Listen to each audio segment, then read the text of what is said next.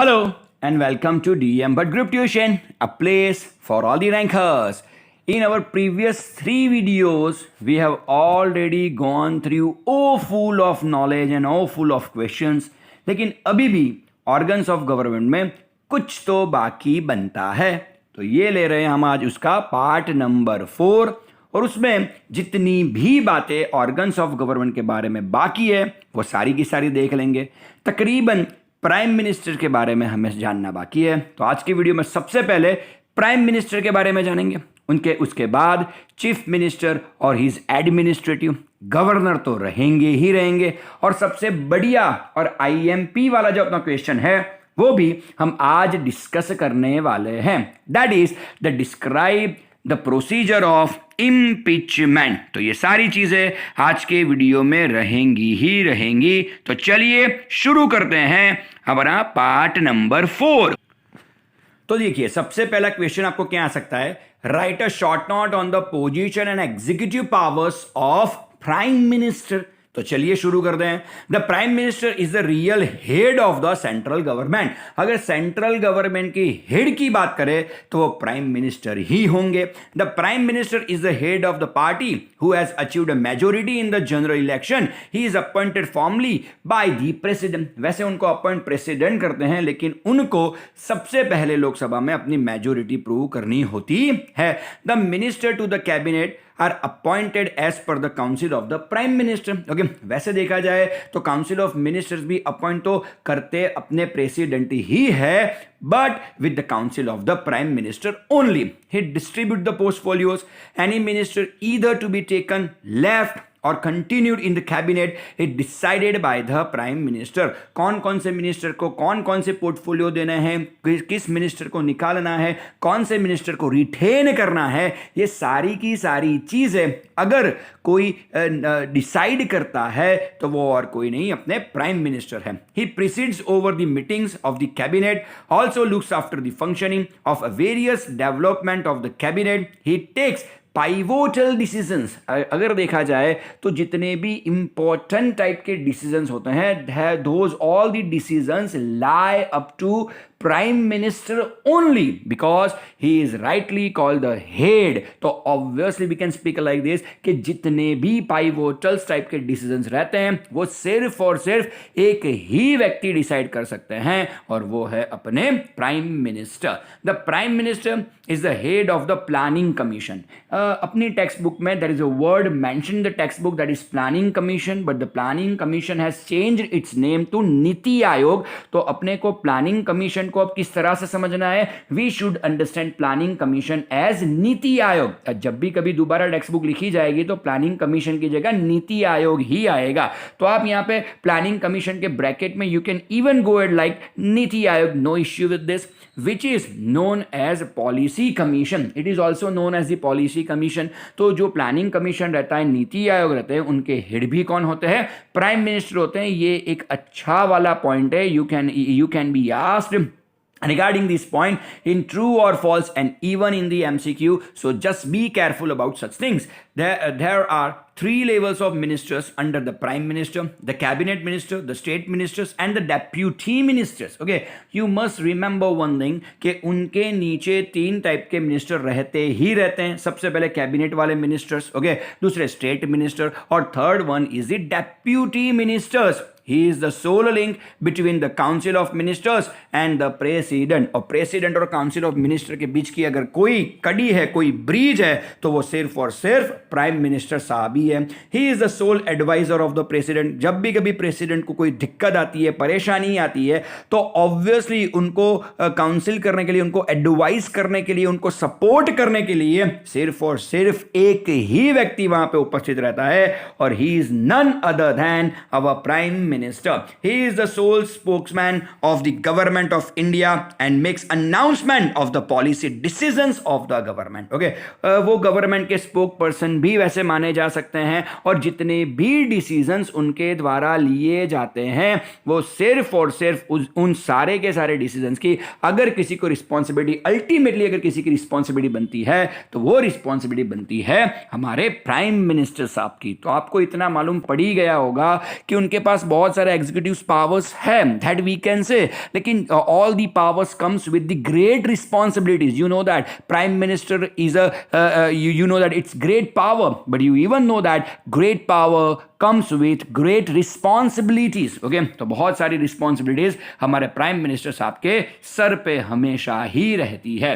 चलिए अब जानते हैं स्टेट एग्जीक्यूटिव्स के बारे में। ओके, बहुत सारी चीजें हम लोगों ने यूनियन गवर्नमेंट के बारे में तो जान ही ली है, लेकिन स्टेट के बारे में कुछ कम ही जानते हैं। तो let's begin with the state executives.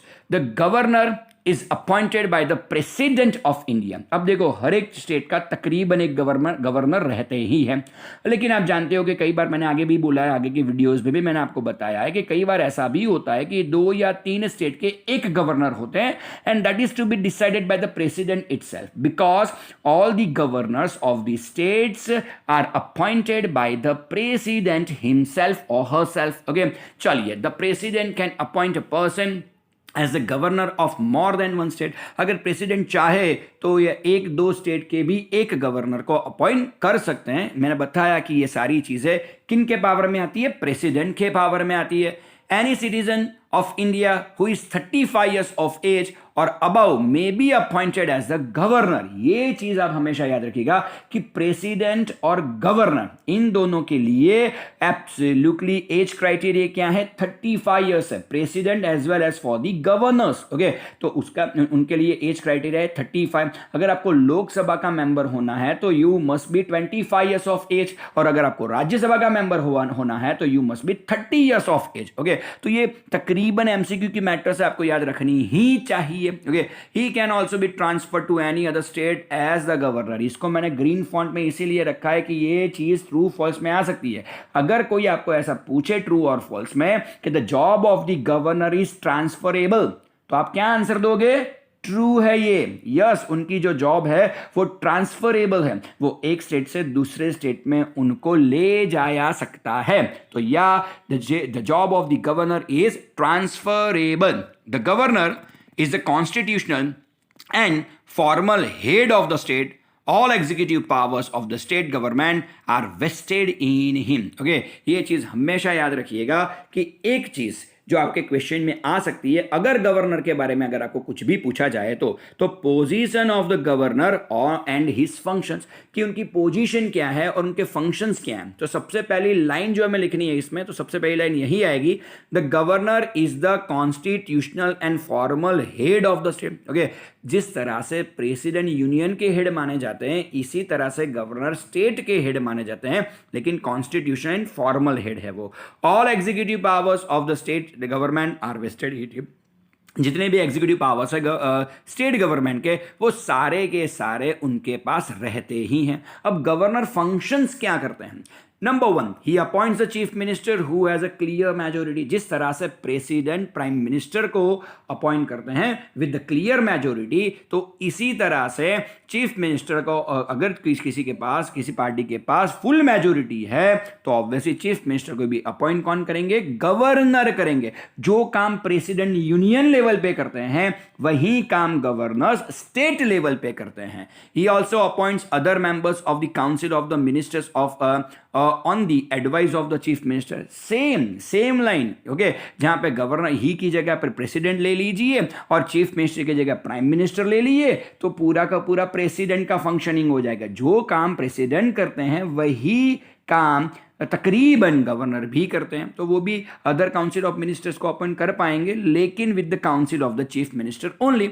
He appoints the advocate general, the chairman, the members of the state public service commission. तो इन सारी पोस्ट पर, ये बड़ी बड़ी वाली जो पोस्ट है, उनको अगर किसी को अपॉइंट करना है तो वो लुक आफ्टर कौन करेंगे? That is to be looked after by the governor himself.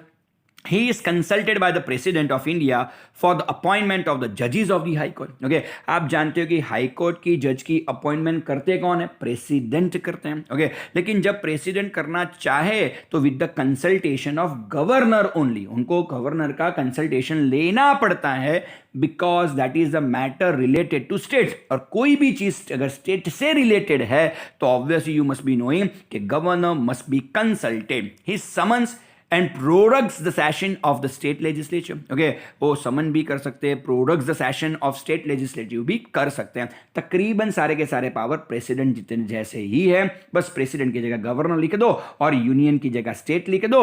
पूरा क्वेश्चन आपको ऐसे ही याद रह जाने वाला है. He can dissolve the state assembly. Okay, जिस तरह से प्रेसिडेंट लोकसभा को डिसॉल्व कर सकते हैं, इसी तरह से ये यानी कि गवर्नर स्टेट असेंबली को डिसॉल्व कर सकते हैं. ही can also issue ordinances. Okay, अगर हाउस नहीं चल रहा तो वो ऑर्डिनेंसेस भी ला सकते हैं. अ bill is passed by the state legislature can become a law only after the governor gives his consent. Okay, अगर गवर्नर अपनी कंसेंट देंगे उसके बाद ही अगर विधानसभा में कोई बिल आया है तो वो बिल लॉ बनेगा. जब तक उनकी कंसेंट नहीं है, जब तक गवर्नर की कंसेंट नहीं है, तब तक वो बिल लॉ में तब्दील नहीं हो सकता. ओके, चलिए और थोड़ा आगे बढ़ते हैं. तो इस तरह से जरूर से हम बोल सकते हैं भाई कि जो गवर्नर है वो यूनियन और स्टेट के बीच के ब्रिज है. तो उस पर भी आपको एक छोटा सा क्वेश्चन 2 मार्क के लिए आ सकता है. किस तरह से? The governor serves as a link between the union and the state. Explain. तो एक्सप्लेनेशन में ये क्वेश्चन आपको जरूर से आ सकता है. नंबर 1, किस तरह से आप इतना ऐसा बोल सकते हैं? Number 1, the governor of the state is appointed by the president. He serves as the representative of the union government in the state. Okay, वो स्टेट में यूनियन गवर्नमेंट के रिप्रेजेंटेटिव के तौर पे वो काम करते हैं और he is appointed by the president.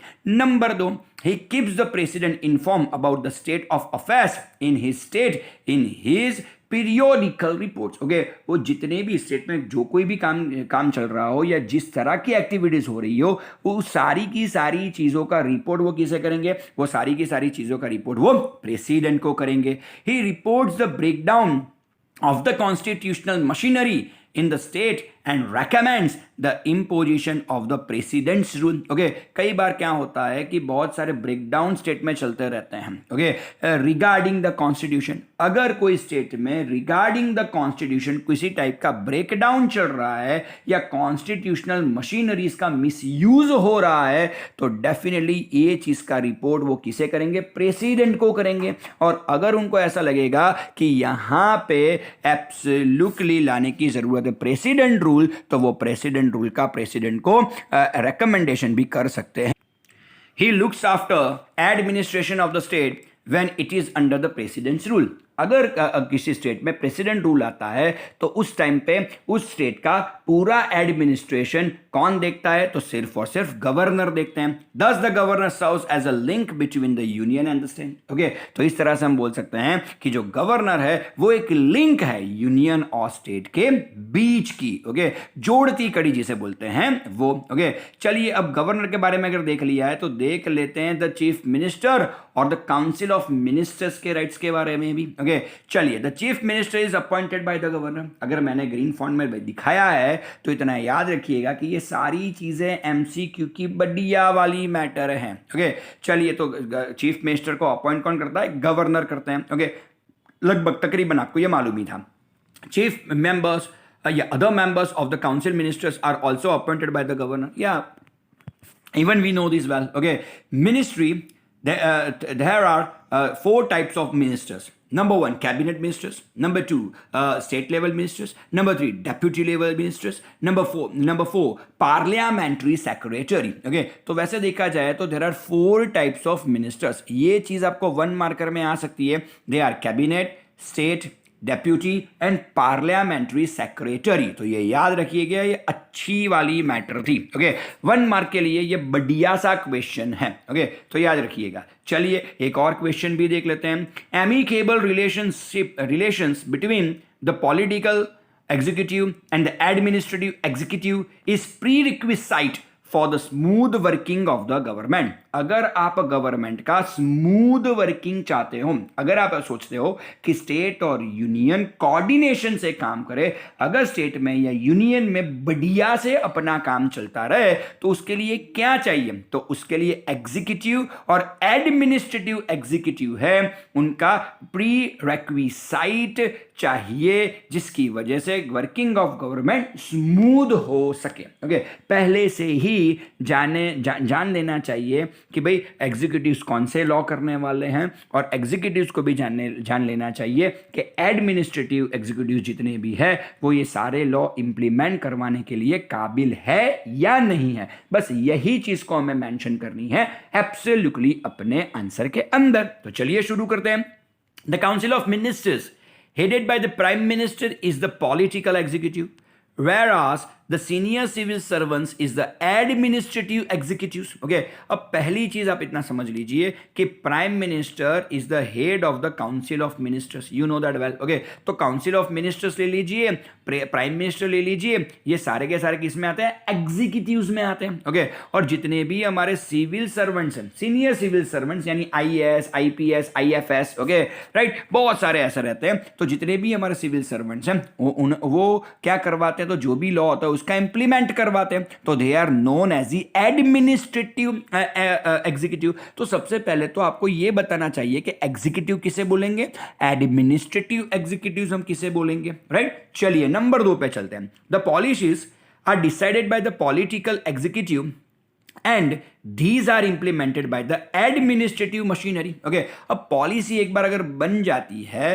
Policy जो कोई भी है वो डिसाइड कौन करता है? पॉलिटिकल एग्जीक्यूटिव्स करते हैं, यानी कि प्राइम मिनिस्टर और काउंसिल ऑफ मिनिस्टर्स करते हैं। ओके, लेकिन उसको इंप्लीमेंट करवाने का काम कौन करती है? तो उनको इंप्लीमेंट करवाने का काम एडमिनिस्ट्रेटिव मशीनरी करती है। Number 3, the senior civil servants are the secretaries who head the various departments of the government. They provide information and give advice to their ministers on the policy matters. अब होता क्या है? तो जितने भी senior civil servants हैं वो कहीं ना कहीं जगह पे बहुत सारे डिपार्टमेंट के सेक्रेटरी रहते हैं। Okay, on behalf of the government वो जितनी भी इंफॉर्मेशन है वो सारी की सारी information and even the advice, okay, किसको देते हैं? मिनिस्टर्स को देते हैं। ओके, और मिनिस्टर को जो भी एडवाइस मिली हो, जो भी इंफॉर्मेशन ये सीनियर सिविल सर्वेंट से उनको प्रोवाइड की गई हो, उसको मद्देनजर रखते हुए वो पॉलिसी बनाएंगे। A healthy relationship between the two ensures successful implementation of the policies and welfare programs of the government. अगर देखा जाए तो पॉलिटिकल एग्जीक्यूटिव्स और एडमिनिस्ट्रेटिव एग्जीक्यूटिव्स इन दोनों के बीच में अच्छा सा अगर मेल मिलाप है तो इतना आप समझ लीजिए कि गवर्नमेंट बढ़िया से काम कर पाएगा। अगर मोदी सरकार कहीं पे जीतती है तो वो यही जगह पर जीत जाते हैं, क्योंकि मोदी साहब की गवर्नमेंट में इतना हम जरूर से बोल सकते हैं कि पॉलिटिकल एग्जीक्यूटिव्स और एडमिनिस्ट्रेटिव एग्जीक्यूटिव्स दोनों बहुत बढ़िया तरीके से काम करते हैं। तो जब वो दोनों बढ़िया तरीके से काम करेंगे तो ऑब्वियसली आप 2 बार फुल मेजॉरिटी के साथ इलेक्शन जीत पाओगे। ओके, तो इसीलिए हम बोल सकते हैं therefore we can say amicable relationship between the political executive and the administrative executive is prerequisite for the smooth working of the government. Okay, तो गवर्नमेंट का अगर आपको स्मूथ वर्किंग करना हो तो आपको इस तरह से या इतनी चीजों का ध्यान रखना ही रखना है। ओके, चलिए right about the local self governments. Okay, बहुत सारे लोग सेल्फ गवर्नमेंट्स को काफी बढ़िया गिनते हैं। अगर किसी सिटी का या किसी विलेज का या किसी अर्बन या रूरल किसी भी एरिया का बढ़िया से अगर हमें प्रोग्रेस करना है तो सेल्फ गवर्नमेंट जितने भी हैं वो सारे के सारे बढ़िया तरीके से अपनी कामगिरी बजाने होने चाहिए। अगर ऐसा बनता है तो आप समझ लो कि वो जो कोई भी विलेज है या जो कोई भी सिटी है वो बढ़िया वाली ही होगी। ओके, चलिए देखते हैं क्या है क्या नहीं। The local self governments are classified into number 1 rural and number 2 urban local government. Okay, अगर आप सेल्फ गवर्नमेंट को क्लासीफाई करना चाहे तो आप दो तरह से उसे क्लासीफाई कर पाएंगे। Number 1 rural and second one is urban. अगर रूरल है तो दूसरा अर्बन ही होगा। Number 1 rural local government. अब रूरल लोकल गवर्नमेंट किस तरह से काम करता है?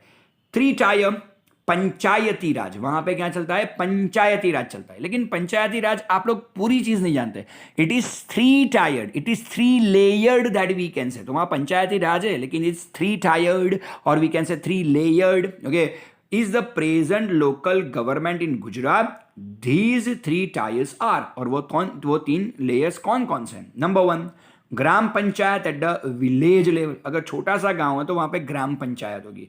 Number 2, taluka panchayat at the taluka level. Okay, तो हर एक राज्य में, हर एक स्टेट में तालुका डिस्ट्रिक्ट होते ही हैं। ओके, तो दूसरे जो लोकल गवर्नेंस काम करेंगे वो कहां पे काम करेंगे, तालुका पंचायत पे काम करेंगे। नंबर 3, जिला, जिला माने क्या, जिला माने डिस्ट्रिक्ट। ओके, तो जिला panchayat at the district level, तो जिला पंचायत इसे डिस्ट्रिक्ट लेवल पे वो काम करेंगे। Each of these bodies have elected leadership and administrative head. Okay, जितनी भी यहाँ पे तीन बॉडी दी गई है, ग्राम पंचायत हो, तालुका पंचायत हो या जिला पंचायत हो, वहां पे एक लीडरशिप और एडमिनिस्ट्रेटिव हेड जो कोई भी रहता है वो इलेक्ट होती है। ओके, इतना समझ लिए, ग्राम पंचायत हो, तालुका पंचायत हो या जिला पंचायत हो, तीनों के तीनों में इलेक्शन रहते ही है। कोई भी ऑटोनॉमसली उसका हेड, एडमिनिस्ट्रेटिव हेड या लीडरशिप नहीं ले सकता। Okay, the sarpanch is the elected head of the gram panchayat. अगर आप गांव में जाओगे तो वहां पे आपने सरपंच, बहुत सारी फिल्मों में देखा भी होगा सरपंच। ओके, तो सरपंच का वहां पे थोड़ा रुआब रहता है। ओके, लेकिन क्यों, क्योंकि वो वहां का पूरा एडमिनिस्ट्रेशन करता है, दैट्स व्हाई। ओके, तो सरपंच, ग्राम पंचायत में कौन रहता है, सरपंच रहते हैं, जो जिसे हेड बोल सकते हैं। Number 2, the responsibility of village administration is entrusted to talati come secretary. अब किसी भी गांव में आप चले जाओ तो वहां पे तलाटी होगा ही होगा। ओके, या उसका उनके जो हेड है वो सरपंच है। ओके, लेकिन talati is a person appointed by the state government. Okay, उसे सेक्रेटरी भी बोल सकते हैं। At the taluka level there are taluka pramukh. अगर तालुका लेवल पर जाओगे तो वहां पे सरपंच नहीं होगा, वहां पे तालुका प्रमुख होंगे एंड तालुका डेवलपमेंट ऑफिसर। और वहां पे एब्सोल्युटली तलाटी नहीं होंगे, वहां पे कौन होंगे, तालुका डेवलपमेंट ऑफिसर वहां पे रहेंगे। And at the district level that is जिला पंचायत प्रमुख, और डिस्ट्रिक्ट लेवल पे एक जिला पंचायत प्रमुख होंगे and the district development officer होंगे। और तलाटी और एब्सोल्युटली तालुका डेवलपमेंट ऑफिसर का स्थान कौन लेंगे, तो वो लेंगे डिस्ट्रिक्ट डेवलपमेंट ऑफिसर, उनका स्थान ले लेंगे। ओके, चलिए, तो ये तो बात थी रूरल की। अब थोड़ी अर्बन की भी बात कर लेते हैं। Urban local government. Okay, the urban local government is classified into the following three types. उसे भी क्लासिफाई तीन तरह से कर सकते हैं। Number 1, municipality. ओके, छोटे छोटे जो कस्बे रहते हैं, टाउन्स रहती है, वहां पे म्यूनिसिपालिटी हो। नंबर 2, अहमदाबाद, सूरत जैसे जो इलाके या सिटी है वहां पे म्यूनिसिपल कॉर्पोरेशन होगा। ओके, और number 3, mahanagar nigam for the mega cities. Mega cities यानी बंबई ले लो, दिल्ली ले लो, कलकत्ता ले लो, ओके, चेन्नई ले लो, तो वहां पे महानगर निगम होंगे। Okay, each of these bodies have elected and administrative head. Okay, जितनी भी बॉडीज है वहां पे सभी लोगों का इलेक्शन होता है और एडमिनिस्ट्रेटिव हेड का भी इलेक्शन रहता ही है। द म्यूनिसिपालिटीज हैव प्रमुख एंड द चीफ ऑफिसर। अगर म्यूनिसिपालिटी की बात करें तो वहां पे प्रमुख होंगे और चीफ ऑफिसर होंगे। जिस तरह से हमने ग्राम पंचायत में देखा था कि सरपंच रहता है और तलाटी रहता है, तो इसी तरह से यहां पे कौन होते हैं, प्रमुख रहते हैं और चीफ ऑफिसर रहते हैं। The municipal council and the Mahanagar Nigams have mayor and the municipal commissioner. Okay, अगर आप बात करते हो एब्सोल्युटली महानगर निगम्स की तो वहां पे एक मेयर रहता है और म्यूनिसिपल कमिश्नर रहते हैं। ओके, तो म्यूनिसिपल कॉर्पोरेशन और महानगर निगम दोनों में एक मेयर रहते हैं। Mayor is known as the first citizen, okay, of the city. Okay, city के अगर पहले आप बोलो कि सिटीजन कौन है, तो वो सिटीजन कौन है भाई, एब्सोल्युटली मेयर रहते हैं। ओके, चलिए, the rural local governments have been entrusted with the development oriented activities.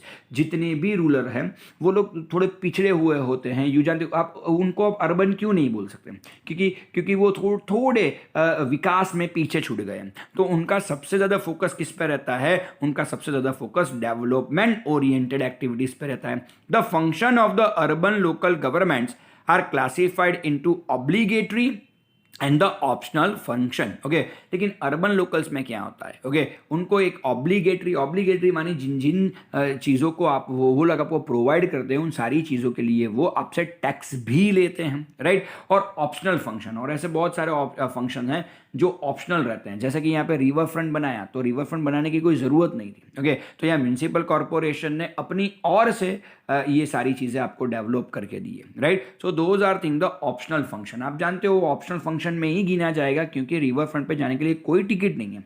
उसका पूरा खर्चा कौन निभा रहा है? तो एब्सोल्युटली अहमदाबाद म्यूनसिपल कॉरपोरेशन उसका पूरा भुगतान कर रहा है। ओके, अगर उन्होंने ये दिया होता या ना दिया होता कोई फर्क नहीं पड़ता, लेकिन उन्होंने अपनी तरफ से ये ऑप्शनल फंक्शंस हमको दिए हुए हैं। उसके लिए आपको कोई टैक्स या कोई टिकट पे करने की जरूरत नहीं है। The local governments are described as the training schools of democracy and laboratories for the administrative reforms. Okay, ऐसा ज़रूर से बोल सकते हैं कि भी इन लोगों को बोल सकते हैं लोकल गवर्नमेंट जो कोई भी है वो ट्रेनिंग स्कूल है डेमोक्रेसी की। डेमोक्रेसी किस तरह से चलाई जाती है उसकी ट्रेनिंग स्कूल है।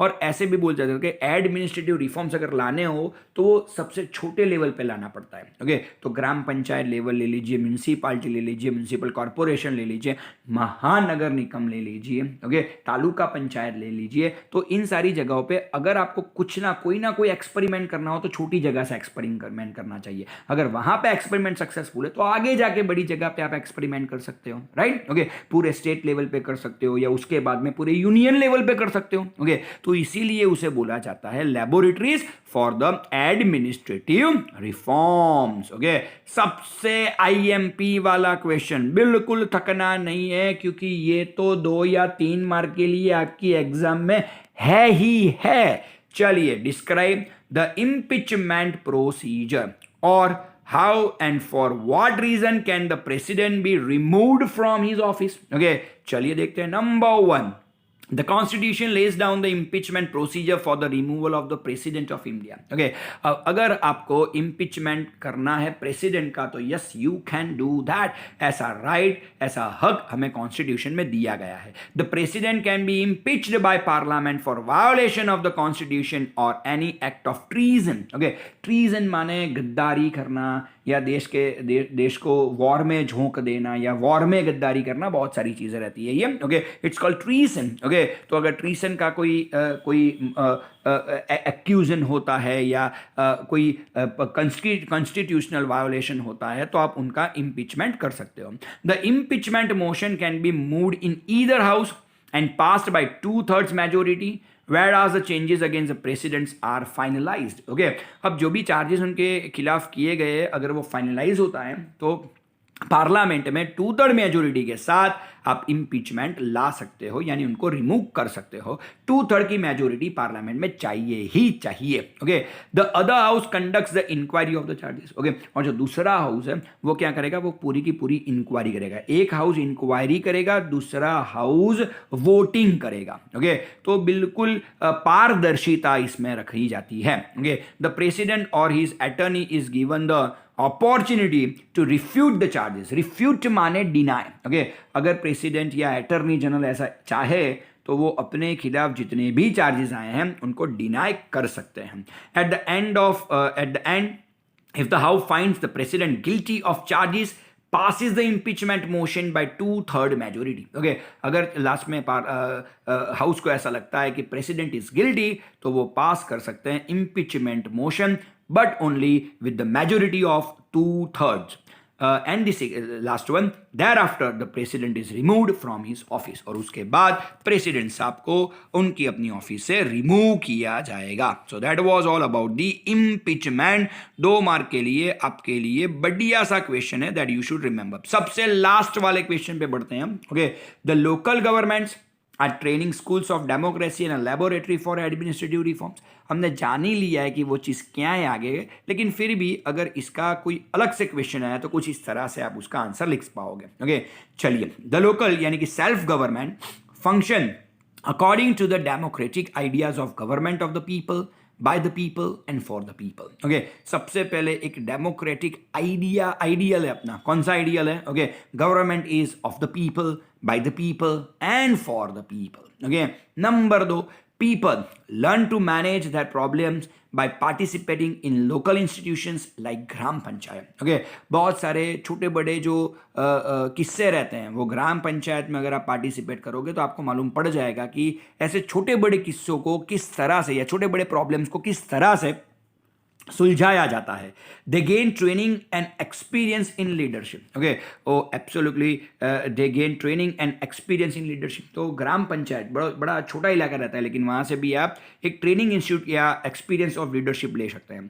The government can make experiments in the administrative reforms such as the community development program at the local level. Okay, अब गवर्नमेंट जो कोई भी है वो भी बहुत सारे एक्सपेरिमेंट्स और या एडमिनिस्ट्रेटिव रिफॉर्म्स कहाँ से करेगी, तो कम्युनिटी डेवलपमेंट से करेगी, program at the local level. पूरे देश में ये चीज़ लाने से पहले ऐसी छोटी छोटी जगहों पर उसका एक्सपेरिमेंट कर लेना चाहिए. If this succeeds the same are implemented in the national level. अगर ये सारी चीज़ें वहाँ पे सक्सेसफुल रहती है तो नेशनल लेवल पे भी उसे ले जाया जा सकता है. In this sense the local self governments are training schools of democracy and a laboratory for administrative reforms. तो इसी वजह से कह सकते हैं कि भाई it's a training school of democracy and the laboratory of the administrative reforms. बस यहाँ पे हमने हमारा chapter number 10 and that is the organs of government हमने तकरीबन खत्म कर लिया है. तो बस आज के वीडियो में इतना ही. Chapter number 10 organs of government concludes over here. मैंने ऐसा सोच लिया है कि आपको अच्छी तरह से सब कुछ आ गया होगा. Thanks for watching. बाय.